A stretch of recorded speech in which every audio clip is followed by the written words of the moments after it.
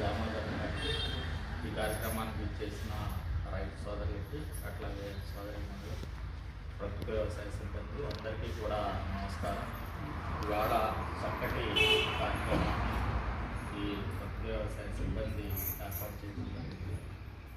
So ముఖ్యంగా చిత్తూరు జిల్లాలో చూసుకున్నట్లయితే చిత్తూరు జిల్లాలో రైతులు మెయిన్గా 3 అంశాల మీద జీవనం సాగిస్తున్నారు. అందులో మొట్టమొదటిగా చూసుకున్నట్లయితే వెటర్నరీ ద్వారానే మెయిన్ పశుసంవర్ధక శాఖకు సంబంధించి చిత్తూరు జిల్లా కట్టేటైతే దాని మీద ఆధారపడి ఎక్కువ మంది జీవిస్తున్నారు.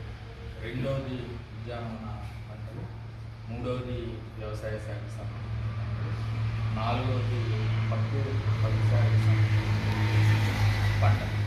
సో ఈ వ్యవసాయానికి సంబంధించి 4 విభాగాలు. అంటే మిగిలిన చోట్ల కనుక చూసుకున్నట్లయితే మెయిన్ వ్యవసాయ శాఖ ఉంటుంది, లేకపోతే ఉద్యానవన శాఖ ఉంటుంది, వెటర్నరీ శాఖ అది చాలా తక్కువగా ఉంటుంది. బట్ చిత్తూరు జిల్లా వరకు కూడా చూసుకున్నట్లయితే రైతులు ప్రధానంగా ఆధారపడి పశుసంవర్ధక శాఖ.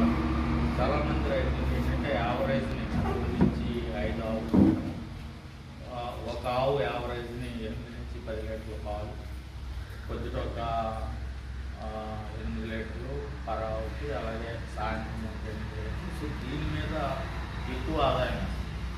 సో మీరు ఇటీవల కాలంలో కనుక చూసుకున్నట్లయితే యూరియా అనేటువంటిది చాలా ఈ ఖరీఫ్ సీజన్ అంతా కూడా 26 జిల్లాల్లో కూడా, ఆంధ్రప్రదేశ్ కానివ్వండి, తెలంగాణలో కానివ్వండి, లేకపోతే దేశవ్యాప్తంగా